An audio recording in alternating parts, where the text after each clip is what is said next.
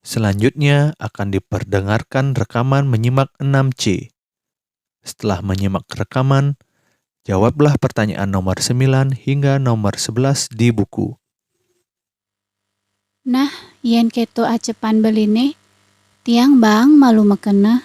Kerana unduk ke ene kene, tusing pesan patut megegresoan.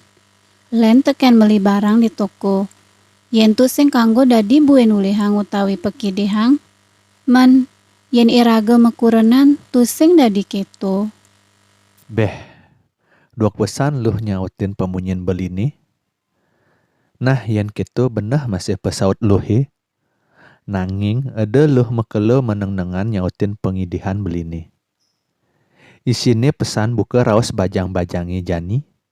Cukup sautin bahan satu kata, nyak.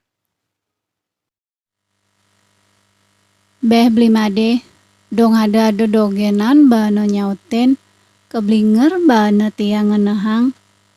Nah kini suba beli made, ya diastun mekeluang masih tuah amone. Sujatene tiang anak suba mekelu nganti-nganti yang cepolan omongan beline buka kini.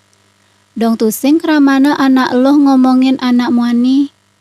Dadi isine tiang nyak suba teken beli. Nanging ingetang buen duan tiban, adanya nage engal-engal.